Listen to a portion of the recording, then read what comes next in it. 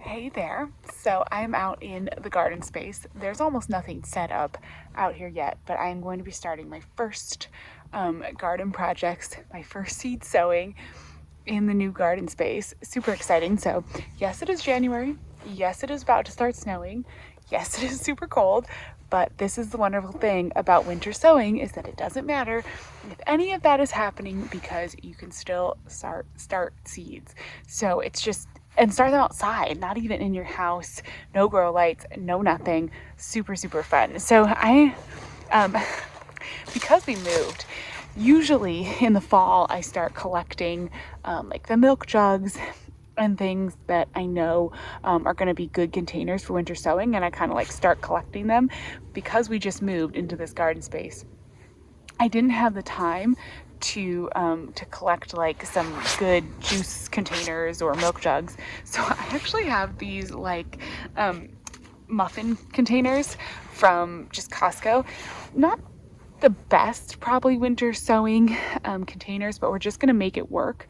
And I've set them up and I'll just show you how I set them up for this sort of like impromptu winter sowing, and then we'll talk about what I'm planting. Okay, so basically what I did is I just went ahead in the bottom, I cut some drain holes, and then I filled this with potting soil. I pre-wet it so it's nice and hydrated potting soil, and then I went ahead and put a couple holes in the top.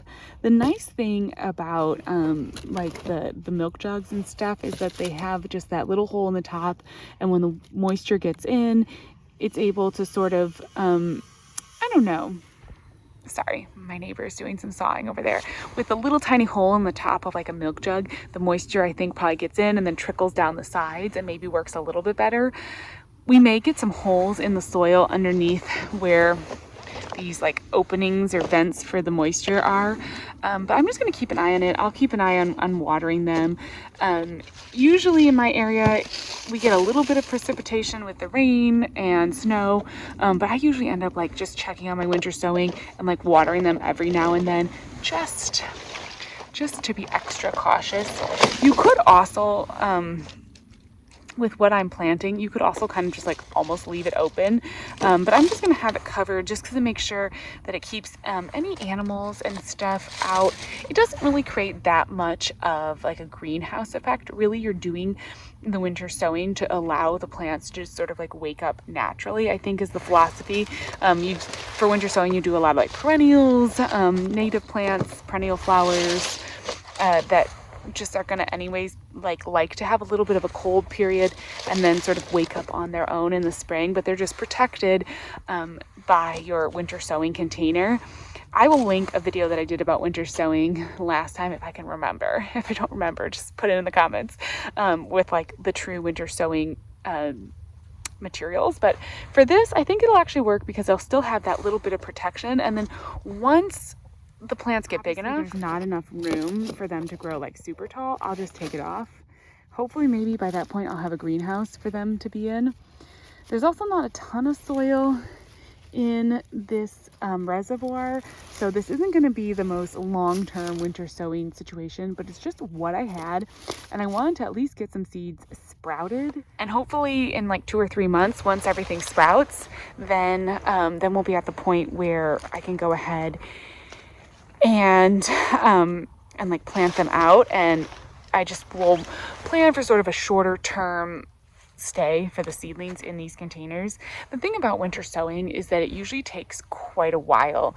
It's definitely not like when you start plants inside, of course, obviously then you're getting like a jump start on the season. I never feel like with winter sowing you're getting that sort of like jump start, in the sense that the plants usually still take a little while to get sprouted. They're not going to sprout, certainly not going to sprout like this month, but they usually come up really healthy. They come up really adjusted to your environment, and then it's like they're in a contained, organized area, and then you can go plant them out. It just keeps things like nice and organized. I feel like that's really one of the best pieces of winter sowing.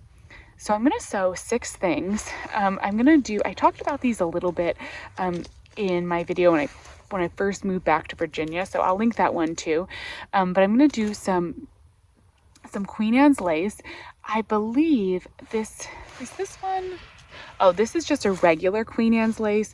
So just like your typical pretty white Queen Anne's lace. I just want to have, I don't know if there's any Queen Anne's lace on the property. I've never seen this property during the sort of like summer months, but I have these areas along some of my walkways and the edge of some of my wooded areas where I just want to have like this natural organic feel, and I just want to tuck in some extra kind of like basically wildflowers in those areas. So that's where the Queen Anne's lace is going to go.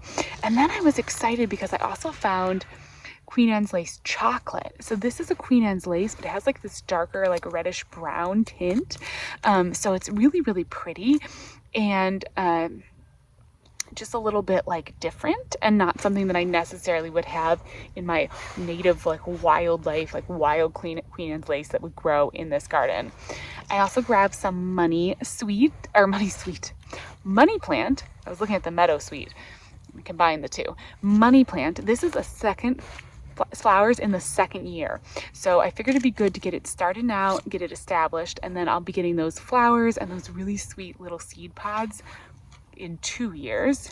But that will at least be just kind of like, I don't know, kind of fun and, you know, and pretty.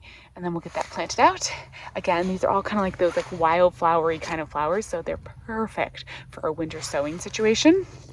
I'm also going to do some Joe Pye weed, and these seeds actually needed a cold stratification period. So this is what they're going to be getting by being out here in the winter sowing garden.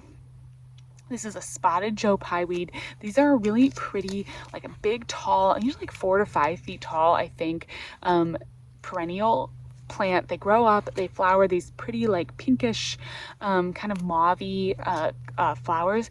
I just have always liked Joe Pye weed. I don't know why. It's just like one of those real, for a big sort of perennial, natural meadow looking garden, Joe Pye weed is just, it's just gorgeous. So I'm really, really hoping that this does well. I would love to put this on the borders in some of my gardens. And I also have like this area where I want to do like a meadow garden, kind of like a just a real pretty sort of meadow garden, sun garden area with a lot of echinacea and rudbeckias. And I think Joe Pye weed would be a good sort of like anchor plant in the center of that kind of a planting. And then meadow sweet is another sweet little kind of like white sort of little white sort of speckly wildflowery looking thing, and so that would be pretty with the Joe Pye weed. And then for the first time in a couple years, I am gonna do a few sweet peas. This is Royal Navy. It's like a very deep, almost true blue sweet pea, and sweet peas are another one that they're good for something like this because they do like to be sown in cold temperatures anyways. And basically by winter sowing, I'm just organizing where they are, just getting them started. I don't have to pick yet exactly what location they're going to go in the garden. I'm probably going to put them, if I can get my raised beds established, I'll probably put them somewhere along like my raised bed garden, maybe my container garden, something like that. But they're just going to be really pretty, and they were just such a pretty blue kind of color. There's so many pretty sort of like light pinky pastel-y colors, but that's not really the colors that I have in the rest of my garden. And they do, all the kids are out. It's a weekend day. Those are not my children, but they are kids having fun, in case you hear anyone yelling in the background. But they're just going to be great for like, they'll bloom in June, probably early June, and they'll sort of match all my summer flowers as my summer flowers are coming in. That's why I went for the blue. So I also brought out a Sharpie. I'm going to label and just split this in like each container in half. I'm just going to like make a little line. I gotta re-water this soil. I'm gonna make a little line, and then I'm gonna label on here what plants. So let's do the sweet peas, and the money plants are a little bigger seeds, so we'll put the money plant over here too. And then we'll just kind of match seed size in the other containers. I'll do the meadow sweet and the Joe Pye weed together, and then I'll do the 2 Queen Anne's lace. We'll just label it, and we'll get these set out.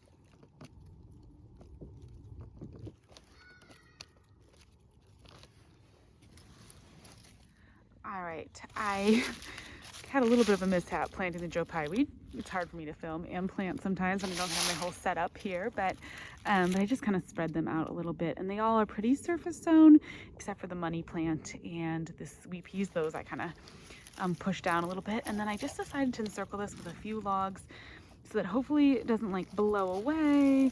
Nobody's really gonna be walking back here. But you know, this way is just slightly protected by something. The other sort of issue with winter sowing is it's not very aesthetic. Sometimes what I've done is tucked the containers into, like if I have a raised bed that's of course, you know, empty this time of year and maybe a little bit lower, like tucked them in there, or just taken the containers and tucked them into like a bigger container something so you can't quite see it. They do need sun. These are in a nice full sun area, so you do want to provide sun. You do want to check on them, like make sure that they're getting some water. I will come out with water and check on them because that potting soil that I used was really, really dry. It was like leftover potting soil that I've just found from the previous owners. Has super dried out. And so I got to make sure that soil doesn't get doesn't get too dried out, but hopefully it'll snow tonight. Maybe that'll add a little moisture, and then I'll come out tomorrow and just keep watering it, and then eventually I think that'll take off. And we're pretty humid here. We do get a lot of rain even throughout the winter, so that's nice. If you're in a drier climate, that's even like more of a concern that it doesn't dry out. But the nice thing about winter sowing is it's pretty easy, right? It's pretty, like, once you get it started, it's pretty much good to go. Kind of just leave it there and let the plants do their thing. I did save a few seeds from each pack so that I can go ahead, and if I want to start some of them inside, I can do that. Or I can even start some more outside.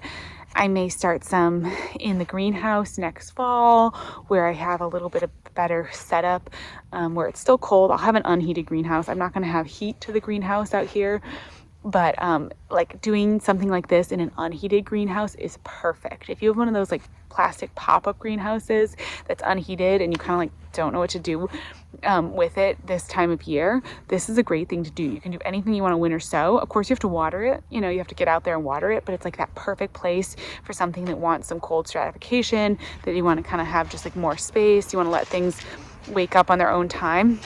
Use a greenhouse like that and it'll work really well. So anyways, I'm gonna come check in on them again tomorrow and just make sure the containers are doing okay, that they didn't get blown away in our snowstorm, and see if it snows here tonight. That would be kind of fun. Well, there is no going to check on the seedlings today, but at least they're gonna be getting hydrated with some of this snow. All right, so I finally got out. It's been a few days here. It's nice and cold, but it's staying cold. And so I came out to check on the winter sowing containers. Let me show you where they are.